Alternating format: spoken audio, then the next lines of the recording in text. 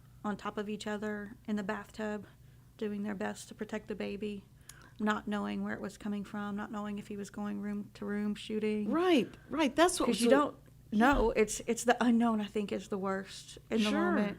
Like, yes, you're afraid. Yes, we said our goodbyes. That was rough, as we were laying there all telling each other, if this is who we're going to die with, at least we're dying with friends, because you don't know if you're getting out in that moment. And y'all even said humor helped.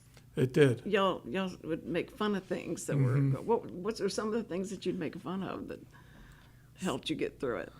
So one of them, so we were celebrating our friend's first #1 hit as a songwriter, and we were with another star who's got quite a few #1 hits, and then the two of us who we own the rights to a song an older country song, so we bought into the publishing rights for that song. So our friend's like, Tyler, how's your music going? He's like, man, we were here celebrating my first #1, but I don't know, we'll celebrate how long we'll celebrate. Oh. And then he asked us, and y'all have your #1, right? I'm like, yeah, we bought it. We didn't sing it, but yeah, we have it. And he said, well, my music's doing pretty well. And he leans over to the other guy that was with us, Stevie, and he's like, how's your music going? He's like, man, I'm working really hard. I'm just not there. And he's like, okay, get out.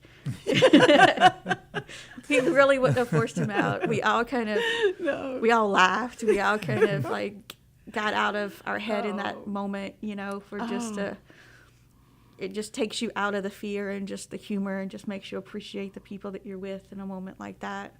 Definitely. It was the constant thinking somebody's coming in To the trailer. to the trailer. Yeah. And y'all had it locked, and I'm sure. And the trailer, I mean, this chair is thicker than the doors. Than the doors. Yeah, and you said when you left, everybody decided to go to the trailer. Let's go to the trailer. And so you get in the trailer, and everybody lays down because you don't. Do you lay down because a bullet came through? We had bullets coming through and then you trailer. laid down, and you feel like, okay, that's the lowest we can get. Yeah. And they never came any lower than no one ever got hurt. Yeah, in no one with in the us trailer. got hurt. No. Oh, wow. Well, that must have been all by itself. What a terrorist attack. Now you understand like what, or when kids, mass shootings and kids go what they're going through in their classrooms and things like that, where you don't know where the person is and you don't. Yep. See, I believe. I told my daughter, she's a teacher, that every classroom needs to have a camera in it. I don't care. They have, and the parents need to be able to hook up to that camera, and anytime they want to check on what the kids are doing and all that stuff, then they may believe the teacher when they say Johnny's really bad.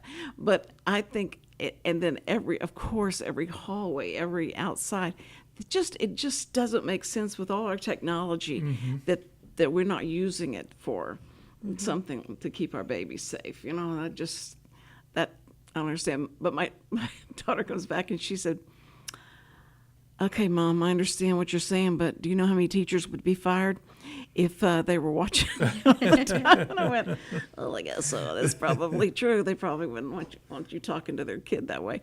But I think that what y'all went through was just totally like having be blindfolded through this and not knowing anything that's going on.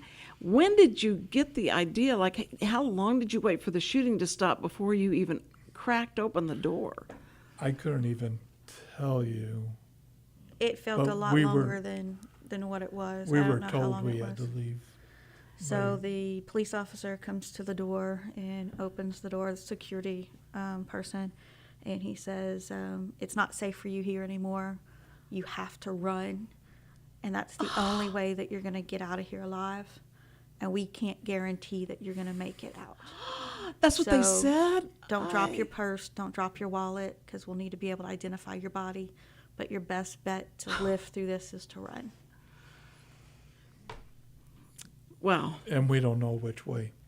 And you don't know which way. You don't know where it's coming from. Did they even give you any direction, like take off this way, go this way? Well, when it first started, there was every entrance was locked. Except the main. except for the main entrance. Every exit and entrance was locked. So they lock all those. Then they tell you to run, and you have nowhere to go because they've locked everything down. By the time we got out, the fence was already knocked down. Oh, people just ran People- over it. Yeah. People ran trampled the through it. fences. Yeah. Yeah. So the reason they locked the doors is this was the last artist, the last night of the concert. They wanted to funnel everyone out through the main entrance where it was more of a crowd control, so that they didn't have so many people just walking across Tropicana Boulevard, which is a main thoroughfare through the middle. Can't say that word, through the middle of Las Vegas. And they just wanted to keep people safe and kind of funnel them the way that they wanted them to go in the back roads and whatever, and not just cross at those major intersections with that many makes people. sense, yeah. Which is why they closed the other exits. But lessons learned, that's not the way to do things, because then we all were trapped. Right. And so many people got hurt trampling fences, trying to get out. But when you're in that situation, you're going to do whatever you can to get out. Exactly. Here she is in heels, and I'm in flip-flops. Oh, you have heels on. And You have flip-flops on. Stormy Warren, we were with Stormy. He offered to carry her over the fence, and Oh. he was a calming He was, factor in yeah. our. Yeah, some people, everybody reacts differently, and you don't have no idea how you might react, even though if you build scenarios in your head, going like, if this ever happened, I would do this and that. You know, And you don't Stormy really know. was our contact with security too, because Yes. So he had, he had all the He had his cell phone, and he was able to connect with security because cell he phone. had. We had shortwave radios, and well, where did y'all end up when you left there? Where did you go? We were just told to run, so we were trying to make it back to the MGM. when we first got out of the venue into the parking area, we were in Jason's trailer with his crew. Not travel trailers, but Tour buses. semis, and Yeah. We were standing Gear. around them. We weren't in them, but we were all crowded around there. Oh, that must have been scary. in Just between them. And feel pretty vulnerable like Yeah, that, yeah. right? And then they told us to run, that there was a shooter that was headed our way. Was that, did that Security turn out told to us. be We don't true? know. We ran. we don't know. You We didn't got out of stop to there. find We didn't out. stop to find out. I that's didn't want to look at him, or didn't, Yeah. So we ran, and we wound up in Tropicana. not Tropicana. Like, was it Treasure something? Treasure Island? Treasure Island. No, that's not it either. Anyway, we wound up in a parking lot. There were a bunch of people with RVs that had taken over that parking lot of one of the hotels. And there was this group of people, and I'll never forget this one girl. She was hysterical. Everyone was trying to calm her down. We're all trying to figure out where to go. She just kept screaming and screaming and screaming and screaming. Her friends were telling her, "You're going to attract attention to us. Yes. You've got to stop." And, That's a good point. and there were bullets on the ground, spent bullets and things like that. And she Casings was all freaking over out the about ground. that. And that far away? I mean, Yeah. that far Yeah. away there? Now, that has to be somebody else Yeah. was in on the deal. Oh, my goodness. So we convinced her eventually that we would block her to get her into the hotel that we were next to. And so the only way she would leave the spot that she was in was if we surrounded her and walked her to the door of that hotel. So we did. And then It's like at the bank, where they do Yeah. Yeah. let the people out of the bank. Okay. This was Oh, this is part of the documentary. This is something that we're pretty proud of. We hooked up with a preacher, Dan Hubbard is his name, out of Redondo Beach, California. And we decided he helps out, his ministry helps out homeless. he has a food ministry. He oh, has that's a food cool. ministry. Yeah. And so we decided to makeup care packages, and So we did hygiene kits and socks and stuff like that to complement his food ministry. Yeah. That's great. And we didn't want the anniversary to be something selfish because we were remembering 1 year later, and a lot Right. of people weren't. So we turned it into a day of service the last 5 years. We don't have anything yet planned this year, but we will. And so we had 200 care packages that we had assembled. We had some local churches and friends and other people write letters to the homeless, and that's some very schools good. That's very did color good. papers because the kids weren't old enough to write letters, so Right. color papers that they draw. So every packet had something like that Bible in it. school kids did That's- coloring book That's pages see for that. the homeless too. Yeah, that is great because you don't think of them. I mean, we're thinking of these people who have lost their lives and all that, but you're doing such a good service to people that that are homeless and they're hungry and are lonely, and these people, and you're giving them such hope. That's And we did amazing. this in Venice Beach. That's where that's where we handed out the care packages. At Venice Beach, yeah. Yeah. Because at that point, that area there was pretty depressed, and it's Oh, that's There was yeah. a big tent city near there, like Yeah. right on the beach. Yeah, I remember and them talking about Venice Beach had really gone downhill on it, but that's right now they're all hurting. yeah. All Especially right now.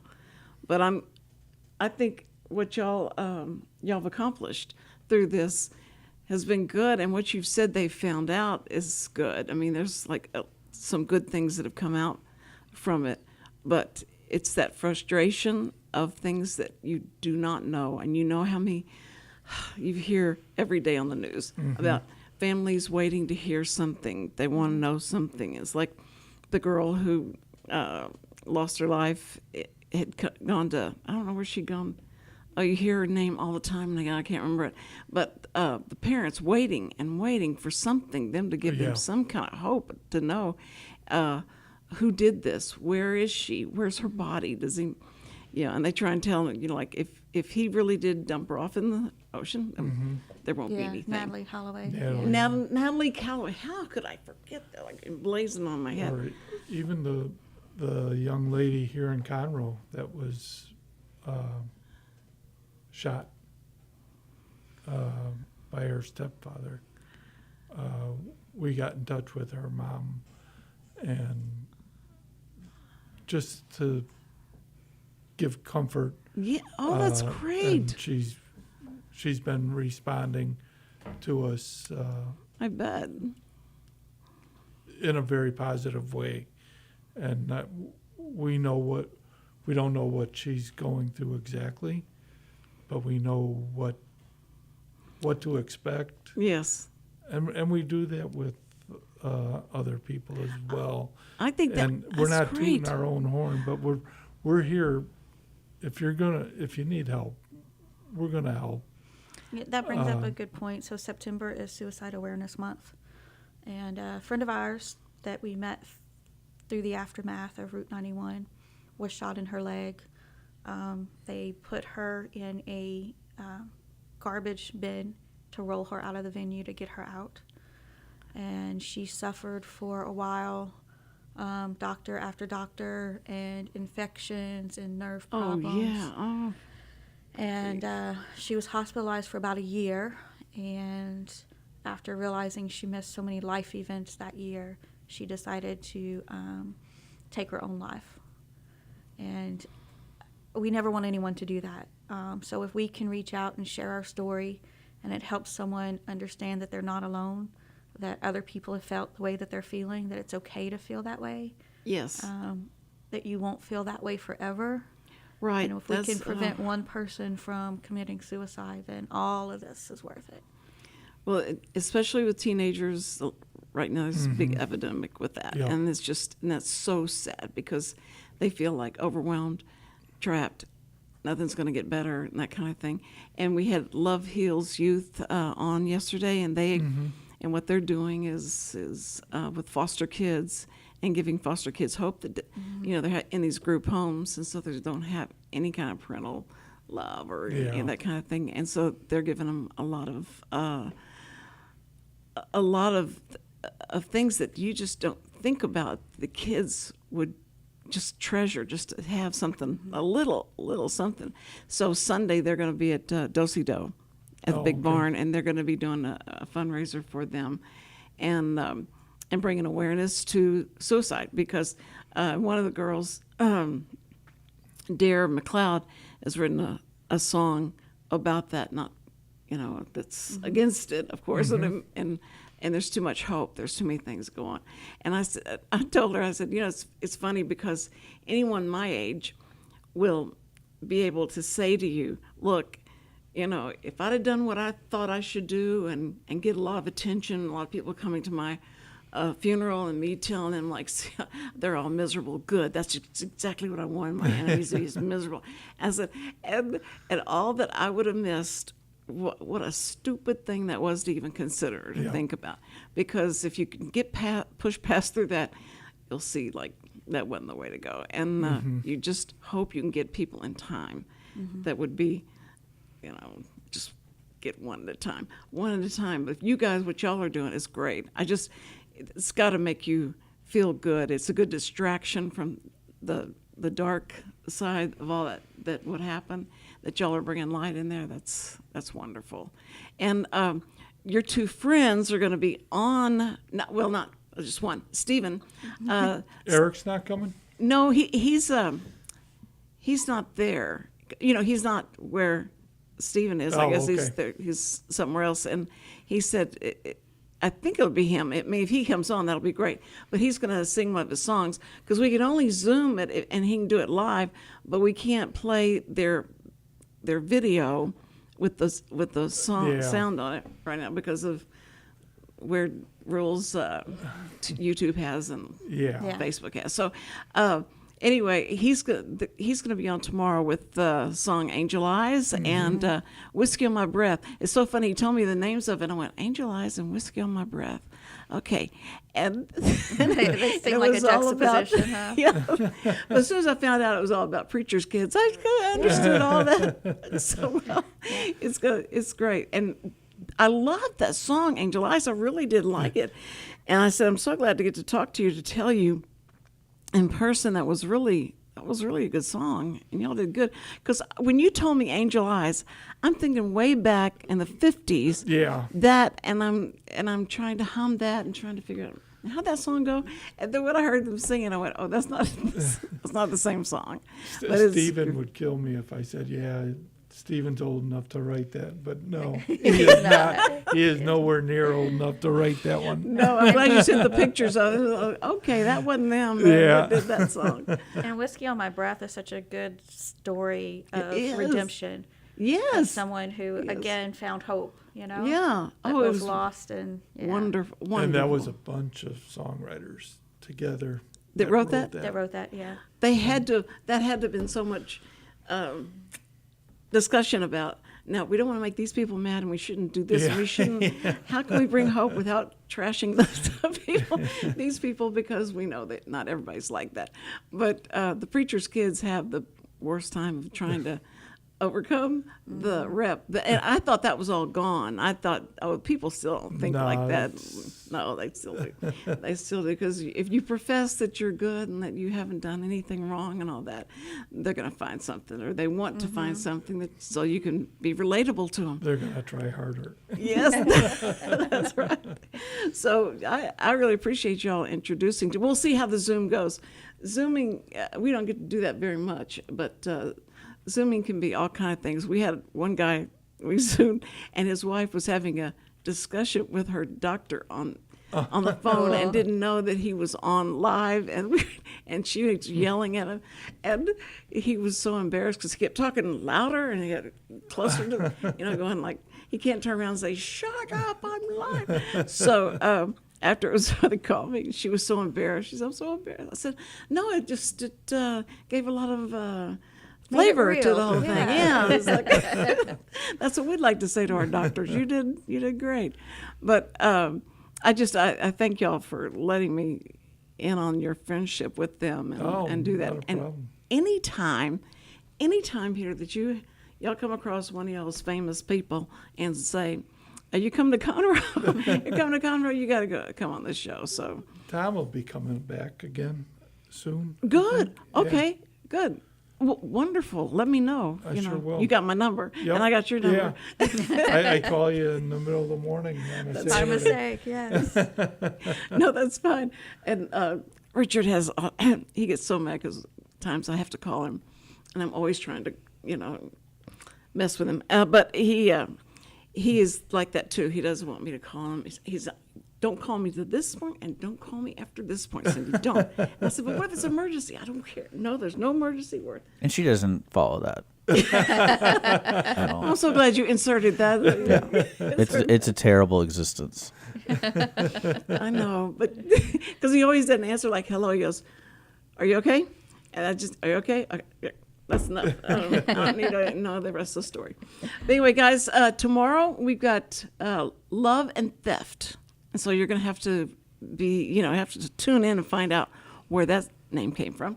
And we appreciate you guys sharing your story. We appreciate you doing that. We want to keep everybody aware that's what happened. So be careful when you go anywhere where there's a large group of people. Just be aware what's going on. Don't not live your life, but just live it more carefully. And to our first responders, we always say thank you, thank you, thank you. And y'all really know that for sure. You always run to it. We're running away from it. And you're so brave. We thank you for that. All first responders, wherever, you're one of the first responders to the kids, if you're a teacher, or your parents, or anything like that. So thank you so much. And we will see you tomorrow. It's going to be so much fun. These guys are so good. All right. Bye-bye. Love you.